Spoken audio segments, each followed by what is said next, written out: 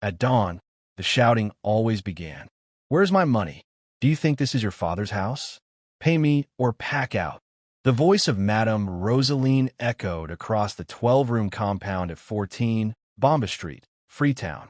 Tenants woke each morning to the sound of her wooden stick striking their doors. She owned the building and never let anyone forget it. Rent increased without notice. Complaints were met with insults. Anyone who tried to leave without meeting her full demands risked losing their belongings behind a locked door. In room 3 lived Doris, a widow who sold fish at the market. Since her husband's death 2 years earlier, she had struggled alone with 3 children. 1 month, hospital bills for her sick son forced her to split the rent money. Tears ran down her face as she stood before the landlady. "Madam, please. My son is sick. I used some of the money for hospital. Next week I will complete it. I promise on my children's life." Madame Rosaline responded coldly. "You think I am running charity? You think I care about your sick child?" Before anyone could react, Doris was dragged across the yard and beaten. Her children cried. Neighbors watched in silence, afraid to interfere. "If you don't pay everything by tomorrow, I will throw your things in the gutter," Madame Rosaline warned. That night, Doris borrowed from several people just to complete the rent. She paid the next morning, but the humiliation remained. In room 7 lived Mr. Andrew, an elderly taxi driver who had stayed in the compound for 8 years. He had always paid on time and never caused trouble. When his taxi broke down, repairs drained his savings. On rent day, he stood respectfully before the landlady. "I have lived here for 8 years. I have never failed you. Please give me 1 week." Madame Rosaline laughed. "8 years? So what? You think that means free rent?" Within hours, police officers arrived. Mr. Andrew was arrested in front of everyone. Though tenants gathered money for his release, the shame drove him to leave the compound permanently. The message was clear. No one challenged Madame Rosaline. Sometimes Doris whispered, "One day, God will answer." Months passed. Then one Tuesday morning, a young woman arrived with a single bag. "My name is Zakira. I need a room. I can pay 6 months in advance." Madame Rosaline's eyes widened. No tenant had ever paid that much up front. "You are welcome, my daughter," she said warmly.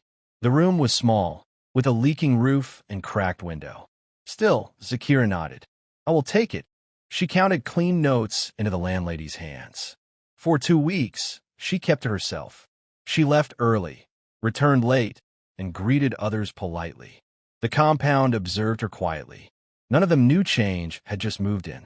One Saturday afternoon, tension filled the compound. Anger followed Madame Rosaline from door to door. She stopped at room 10 and knocked forcefully. "Open." Zakira appeared calmly. "I need to inspect my room," the landlady declared, pushing inside. She began accusing her without evidence. "You are burning candles here. Do you want to burn my house?"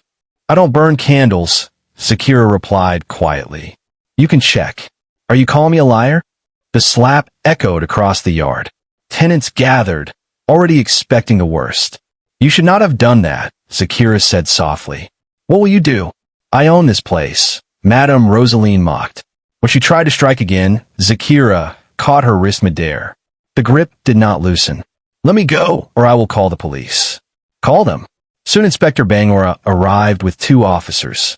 He had supported Madame Rosaline for years. "Where is the troublemaker?" he demanded. She pointed at Zakira. "That girl attacked me." The inspector approached. "What is your full name?" "Just Zakira." "Arrest her." The officers grabbed her arms. Her voice remained steady. "I'm giving you 1 chance.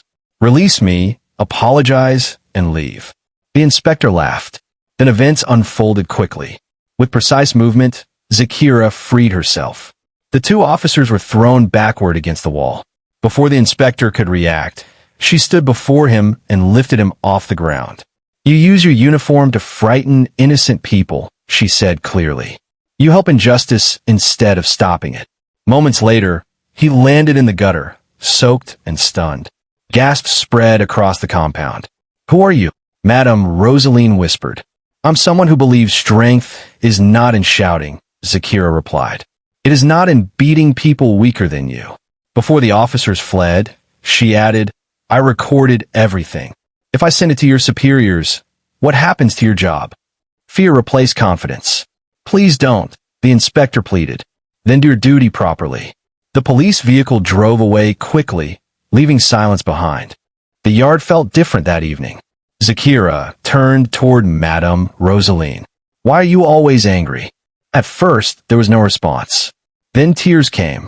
My husband left me 10 years ago, Madame Rosaline confessed. He took everything and ran away with another woman. I was left with this house and my anger. I wanted others to feel my pain. The tenants listened carefully. Pain is not an excuse to hurt others, Zakira said gently. They did not betray you. For the first time in years, shame replaced pride. I am sorry, Madame Rosaline said, facing Doris. For beating you. For taking money when your child was sick. She turned to everyone. I have been cruel. I will change. The change was visible. Rent was reduced. Repairs were completed. Shouting stopped. When tenants struggled, she listened instead of threatening. Months later, Mr. Andrew returned. This time, he was welcomed warmly. Zakira stayed for 2 more years, teaching the children self-defense and encouraging unity within the compound. She became like family. One morning, she packed her small bag. There are other places that need help, she said. You changed my life, Madame Rosaline whispered. You chose to change, Zakira replied. That is real strength. As she walked through the gate, every tenant came out to wave goodbye. Years later, people in Freetown still share the story of the landlady who found redemption. It remains a reminder that authority without compassion cannot last, and that even the hardest heart can choose a different path when faced with truth.